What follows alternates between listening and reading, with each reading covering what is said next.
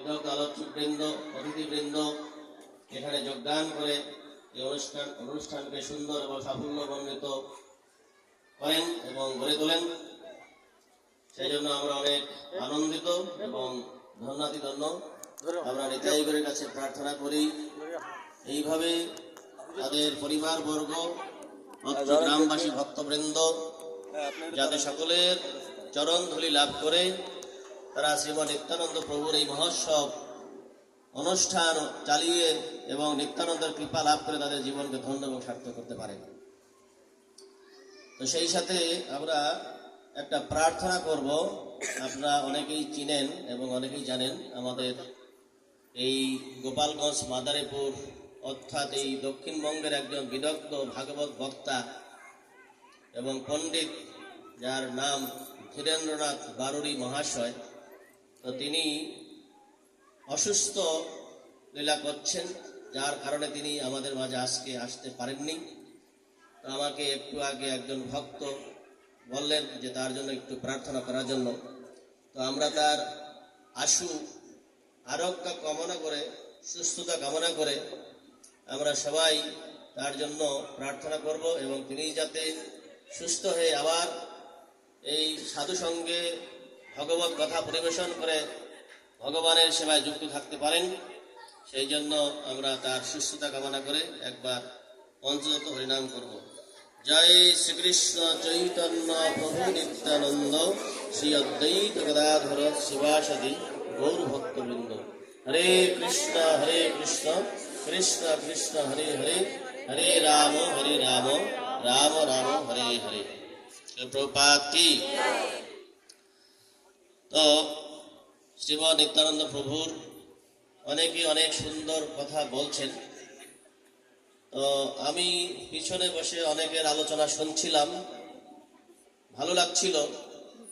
আরেকটু ভালো লাগতো যদি নিত্যানন্দের আরো বিশদ চরিত কথাগুলি আমরা আরেকটু বেশি করে শুনতে পারতাম এবং জানতে পারতাম, তাহলে আমাদের কাছে আরেকটু আস্বাদনীয় হয়ে উঠত। তো যাই হোক, তারপরও আপনারা অনেক সুন্দর জ্ঞান গর্ব আলোচনা করেছেন, নিত্যানন্দ প্রভুর চরণ ছুঁয়ে গিয়েছেন, জীবনী স্পর্শ করেছেন, তাতেই অনেকের জীবন ধন্য করার একটা সুযোগ, অমৃতময় সোপান তারা লাভ করতে পেরেছেন।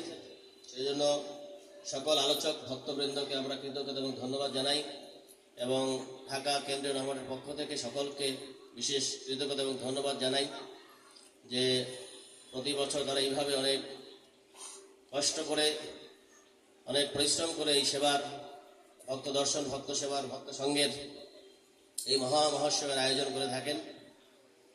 তো এই নামহট্ট শ্রীমৎ নিত্যানন্দ প্রভুর এক আশীর্বাদ পুষ্ট বিভাগ।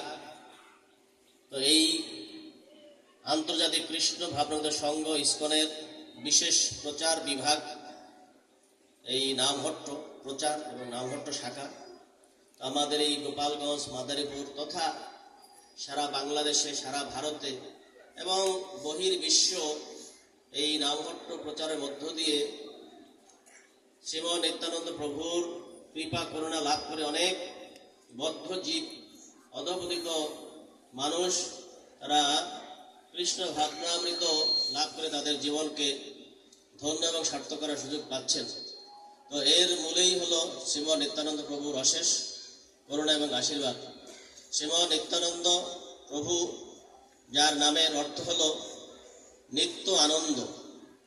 এই জগতে আমরা সকলেই নিত্য আনন্দ লাভ করতে চাই, কিন্তু নিত্যানন্দকে বাদ রেখে, নিত্যানন্দকে বঞ্চিত করে আমরা কেউ নিত্য আনন্দ লাভ করতে পারি না এবং পারবো না।